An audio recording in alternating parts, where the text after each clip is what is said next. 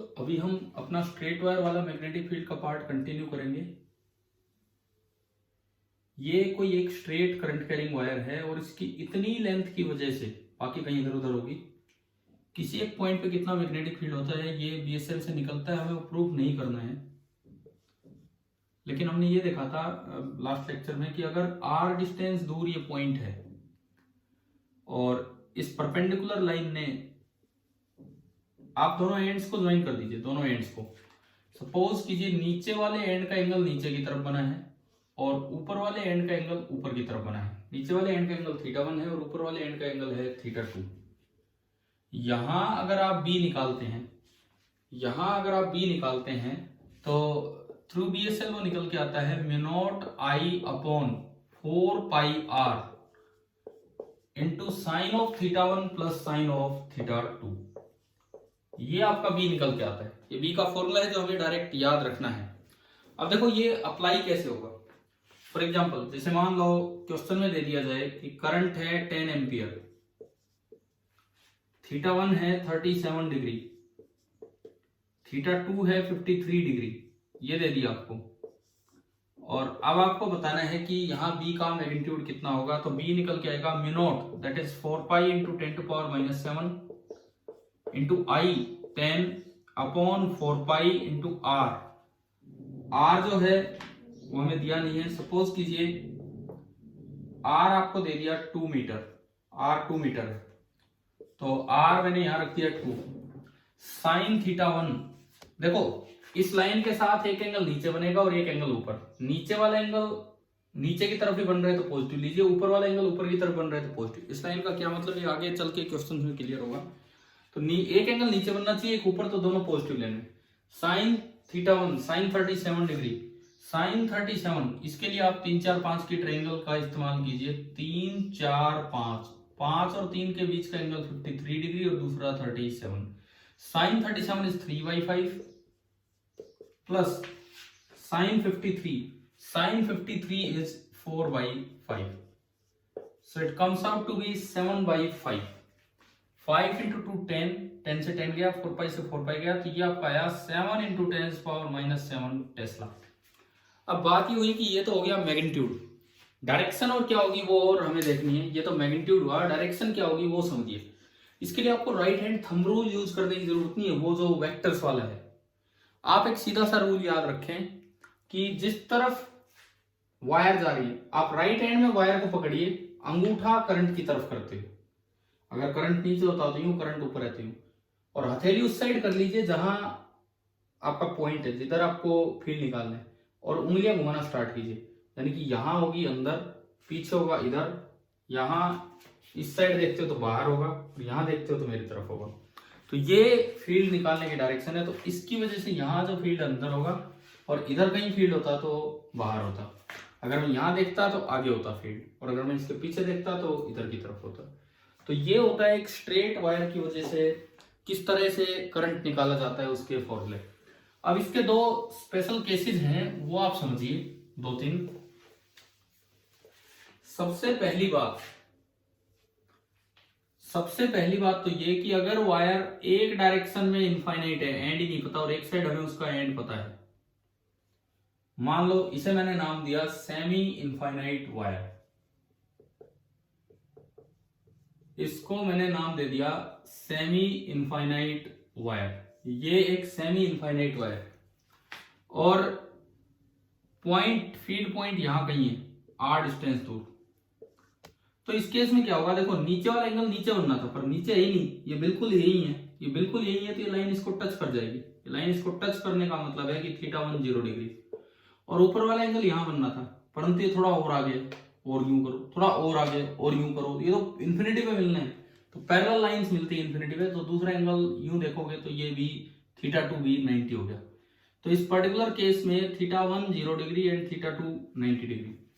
अब अगर करंट यूं फ्लो कर रहा है और आपको यहां भी निकालना है इस जगह, तो जो b होगा that will be μ0I/4πr into sine 0 degree plus sine 90 degree. Sine 90 degree 1 होता है। तो एक सेमी इनफाइनाइट वायर की वजह से बिल्कुल एक एंड पॉइंट के आसपास जो फील्ड होता है उसका फॉर्मूला आया mu naught I upon 4 pi r. अच्छा दूसरा देखो, very long wire.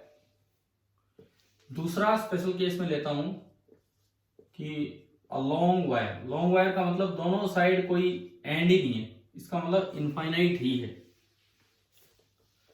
Long wire का मतलब है कि दोनों साइड कोई एंड ही नहीं है, इधर भी चलता जा रहा है, इधर भी चलता जा रहा है।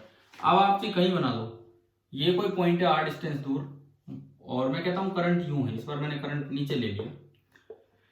ये कोई पॉइंट है पी, नीचे वाला एंगल भी बहुत नीचे गया, ऊपर वाला एंगल भी बहुत ऊपर गया, तो θ1 भी 90 डिग्री है और θ2 भी 90 डिग्री है। अब अगर आप बी लिखोगे पी पॉइंट पे, तो वो होगा mu naught I upon 4 pi are sine 90 degree plus sine 90 degree, 1 + 1 2।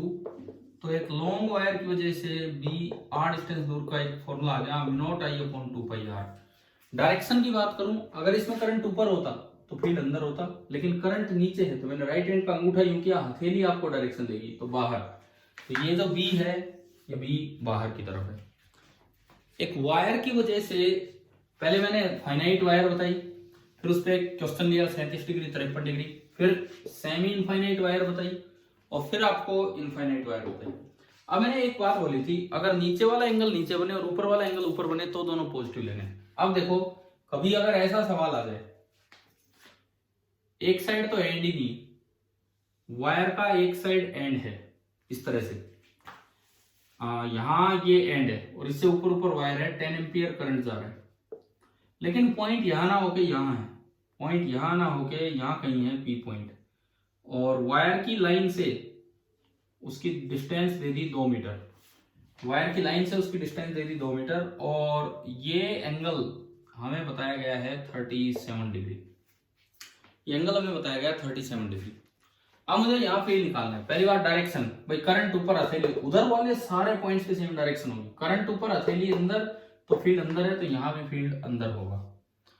कितना होगा अब वो सुनो, म्यू नॉट आई अपॉन, अब ये सेमी इनफाइनाइट है पर यहाँ नहीं है पॉइंट कभी, mu naught I upon 4 pi R, बस यही आंसर दियो, mu naught I upon 4 pi are sine of θ1 plus sine of θ2। अब इसको आपको समझना है, यहां मैं क्या पॉइंट समझा रहा हूं।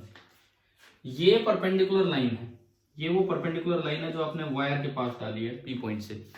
एक एंगल इससे नीचे बनना चाहिए और एक एंगल इससे ऊपर। जो नीचे वाला एंड पॉइंट है वायर का, उसका एंगल तो नीचे बनना चाहिए, और जो ऊपर वाला एंड पॉइंट है ऊपर। लेकिन यहाँ देखो क्या हो रहा है, इस परपेंडिकुलर से नीचे वाले एंड पॉइंट का एंगल भी नीचे ना बन के ऊपर बन रहा है, तो जो θ1 होगा वो -37 डिग्री दिया जाएगा, और दूसरा एंगल तो ऊपर ही बन रहा है, दूसरा एंगल तो ऊपर ही बन रहा है और वो पूरा 90 डिग्री तक जा रहा है, इन्फिनिटी पे जा रहा है, तो θ2 दैट इज 90 डिग्री। θ1 तो नीचे बनना चाहिए था, वो भी ऊपर बना है, तो उसे आप -37 रखेंगे। And sine of -37 degree, sine minus theta होता है माइनस साइन थीटा, तो दिस इज -37, माइनस बाहर आ गया, और साइन 37 अभी हमने देखा था, मैं फिर से आपको बता देता हूँ, 3 4 5 ट्राइंगल, ये 37 डिग्री। साइन 37 हमने अभी देखा था, दैट वाज 3/5, ये हमने यहाँ यूज किया। Sine 90 degree that is 1, sine 90 degree is 1। आपने दोनों बी में पुट किए तो बी निकल के आया mu naught I upon 4 pi into R, और आर है 2 metre, into sine θ1 -3/5 plus sine θ2 1 minus 3/5 is 2/5, 2 से 2 गया, ओनली 1/5 बचा, 4 पाई से 4 पाई भी गया, तो ये आ गया 1/5 इंटू 10⁻⁻7 टेस्ला। तो म्यू नॉट की वैल्यू रखी, 4 पाई से 4 पाई गया, और ये बचेगा 2/5, 2 से 2 भी गया, तो ये आपका ये आंसर है। तो इस तरह से हमने एक स्ट्रेट वायर के फील्ड कैसे निकालते हैं वो निकालना अभी सीखा है। अब इसमें ये देखो, एक लास्ट में क्वेश्चन ले रहा हूं कि वो स्ट्रेट वायर वाला, कि अगर वायर ऐसे दे दी जाए, इंफिनिटी तक जा रही है, इधर कोई एंड ही नहीं है, इधर इंफिनिटी तक वायर जा रही है, और आपको ना यहां कोई पॉइंट दे दिया P। सपोज कीजिए ये डिस्टेंस है 2 मीटर, और यहां से परपेंडिकुलर डाल के दिखा रखा है, यहां से परपेंडिकुलर डाल के दिखा रखा है, और ये एंगल है 60 डिग्री। करंट ऐसे जा रहा है, 10 एम्पियर। मुझे इस पॉइंट पे बी निकालना है, क्या होगा। पहली बात डायरेक्शन, करंट ऐसे जा रहा है, अंगूठा करंट की तरफ किया, हथेली पॉइंट की तरफ, तो हथेली बोर्ड के अंदर की तरफ जा रही है, तो बी की जो डायरेक्शन है वो तो आ गई इनवर्ड, बी की डायरेक्शन आ गई इनवर्ड। अब बात करते हैं बी के मैग्नीट्यूड का, तो इस बार आर 2 मीटर नहीं है, आर तो होती है परपेंडिकुलर लेंथ, और अगर ये आर है तो इस राइट एंगल ट्राइंगल में cos 60 degree that is r by 2, cos 60 degree होता है 1 by 2 that is r by 2, तो r आपका 1 आया ना कि 2, एक गलती ये कर जाते हैं बच्चे, r 1 आ गया। अच्छा, अब इससे एक एंगल नीचे बनना चाहिए और एक एंगल ऊपर बनना चाहिए, तो दूसरा एंगल तो इन्फिनिटी पे जा रहा है तो वो तो 90 डिग्री हो गया, और एक नीचे बन रहा है वो 60 डिग्री। लोअर पॉइंट, भाई ये एंड पॉइंट है, एंड पॉइंट तक आपको एंगल देखना है, परपेंडिकुलर से एंड पॉइंट को ज्वाइन करने वाली लाइन का एंगल। तो थीटा 1 हो गया 60 डिग्री प्लस का 60, थीटा 2 हो गया 90 डिग्री।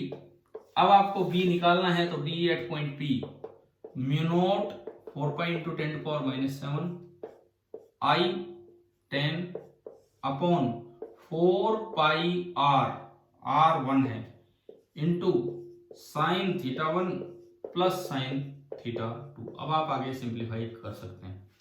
तो हमने स्ट्रेट वायर के फील्ड निकालने के डिफरेंट तरीके देख लिए हैं। एक आखिरी लास्ट पॉइंट 1 मिनट का ये है कि एक कोई स्ट्रेट करंट कैरिंग वायर है, यहां पे फील्ड होगा इनवर्ड, यहां पे फील्ड होगा आउटवर्ड, लेकिन इसकी लाइन पे कोई फील्ड नहीं होगा। इसकी लाइन पे अगर आप देखेंगे तो बी 0 है, यहां भी अगर आप देखेंगे तो बी 0 है, और जिस तरह का इसका फील्ड है उसकी जो फील्ड लाइंस बनेगी वो कंसेंट्रिक सर्कल्स बन जाएंगी इस तरह से इसके अराउंड। यहां यूं एरो लगेगा कि यहां से तो अंदर जा रही है और वहां से वो लाइन पीछे से बाहर आ रही है, तो इसके अराउंड जो फील्ड लाइंस बनेंगी वो इस तरह की बनेंगी, ये एरो लगते हुए। These are the magnetic field lines around a current carrying wire, और इसकी लाइन पे भी 0 होगा। तो मुझे लगता है इस लेक्चर में आपको magnetic field due to straight wire, वो ची फाइनाइट हो, ची इनफाइनाइट, ची सेमी इनफाइनाइट, चाहे पॉइंट बीच में लाई करे, ची थोड़ा नीचे लाई करे, ये आ गया होगा समझ में। अगली क्लास में फिर सर्कुलर कॉइल लेते हैं। Thank you.